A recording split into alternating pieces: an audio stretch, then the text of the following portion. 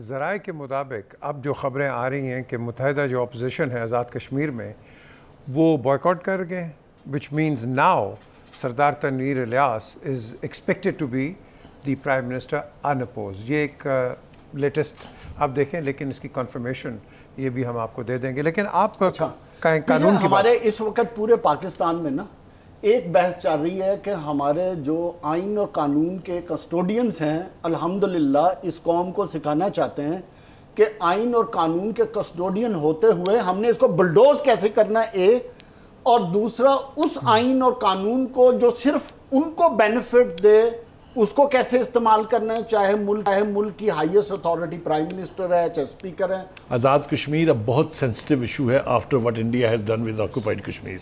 वहाँ की एक गलत हैंडलिंग हमें एक्सपोज कर देगी। बिल्कुल खान साहब, I leave the floor for you. जी देखे ना, अभी जिस तरह बात कर रहा है जावेद कर रहा है, मैं कर रहा हूँ, बुखारी साहब कर रहे हैं और पीजे कर रहे हैं। देखिए अब फिर अदालत को मदाखलत करनी पड़ी है उन इंतखाबात में। Supreme court of Azad Kashmir के हुक्म पर इंतखाबी अमल होगा, जिस तरह भी आपने मुझे बताया है कि मुत्तहिदा अपोजिशन ने वहाँ पर बाइकआउट कर दिया।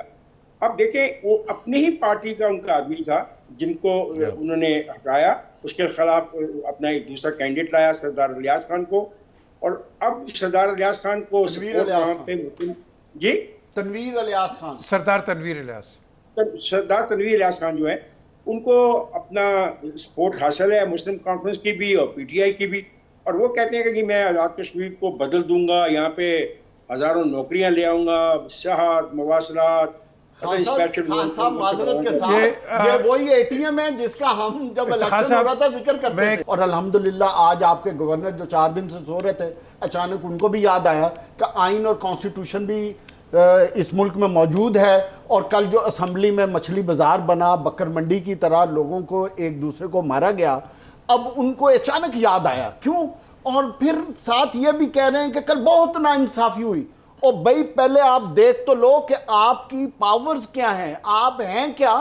आपकी एक सर्मोनियल पोस्ट है, आपको कानून और आइन इजाजत ही नहीं देता कि आप उधर इंटरफेयर करें। आप सिर्फ और सिर्फ इस आइन और कानून की आड़ में, चाहे फेडरल गवर्नमेंट है और चाहे प्रोविंशियल गवर्नमेंट है, बुखारी साहब, ये सब के सब अपना जाती एजेंडा, अपना जाती जो बयानिया है उसको तकवीयत, लॉयल्टी भी नहीं, तो अपने जाती बयानिए को तकवीयत देने के लिए, और जिस तरफ पीछे बात कर रहा था नेशनलिज्म वाला बोल, बदकिस्मती क्या है कि इस नेशनलिज्म के बयानिए ने हमें एक ऐसे दोराहे पे खड़ा कर दिया कि आधी कौम को ये कहना चाह रहे हैं कि आप नेशनलिस्ट हैं, आप पाकिस्तानी हैं और आप मुहब्बे वतन हैं, और आधे जो अपोजिशन में इस वक्त जो हुकूमत में वो एंटी पाकिस्तान है और वो मुहब्बे वतन नहीं है। और यार ये क्या आप इस पाकिस्तान के साथ शुगर लगा रहे हो सिर्फ इसलिए कि आपको इक़्तिदार चाहिए?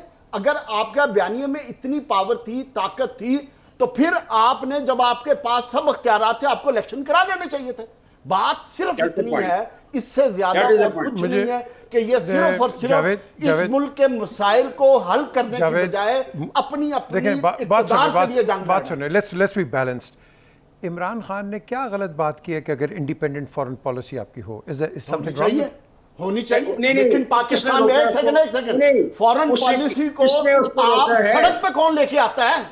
आपके मुल्क के अदारे हैं, आप अपनी फॉरेन पॉलिसी को अपने अदारों के साथ बैठ के तय करें। अगर आपको ऑब्जेक्शन है और आप समझते हैं कि लाइन वो ठीक नहीं है, तो आप अपने अदारों से बैठ के मामला तय करके डायरेक्शन पे लेकर जाएं, ना कि आप सड़क पे अपनी पूरे पाकिस्तान की फॉरेन पॉलिसी को लगाकर नंगा कर दें और पूरी दुनिया में अपना भी तमाशा लगाएं और इनको चांस दे दें थोड़ा सा। हाँ, मेरे ख्याल से वो ठीक कह रहे हैं। इसकी तायद की जानी चाहिए कि फॉरेन पॉलिसी जो है सड़कों पे तय नहीं होती है, ना ये ऐसा स्टफ है जिसको सड़कों पे डिस्कस किया जाए। वो बकौल एक शहर के किसी ने पूछा उससे कि जनाब ये जो लेटर वाला मामला है ये क्या था? वो कहते हैं वो बात सारे फ़ज़ाने में जिसका जिक्र न था, वो बात उन्हें बहुत नागवार गुजरी है वाली बात है। Foreign policy should be dealt with जिस तरह से दूसरे मुल्कों में होता है। एक जो खान साहब ने शो से पहले एक मैसेज भी भेजा था, उसकी बात मैं चाहता हूँ कि खान साहब ज़रूर करें।